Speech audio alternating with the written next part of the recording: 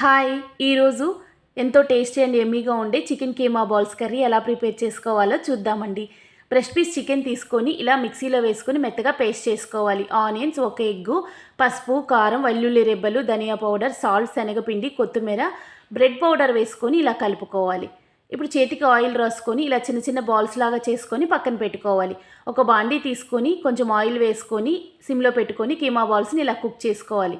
ఒక ప్యాన్లో 10 table spoon oil వేసుకొని ఆనియన్ పేస్ట్, జీడిపప్పు, టమాటో పేస్ట్ని వేసుకొని కొంచెం సాల్ట్, పసుపు వేసుకొని కుక్ చేసుకోవాలి. ఇలా కుక్ అయిన తర్వాత అల్లం వెల్లుల్లి పేస్ట్, 2 టేబుల్ స్పూన్ కారం, ధనియా పౌడర్ వేసుకొని ఇలా కుక్ అయిన తర్వాత 2 గ్లాసెస్ వాటర్ యాడ్ చేసుకోవాలి. వాటర్ బాయిల్ అయ్యేటప్పుడు చికెన్ కీమా బాల్స్ వేసుకొని సిమ్లో పెట్టి మూత పెట్టేసి ఒక 7 మినిట్స్ కుక్ చేసుకుంటే ఎంతో టేస్టీ అండ్ యమ్మీగా ఉండే chicken keema balls curry ready అయిపోతుందండి.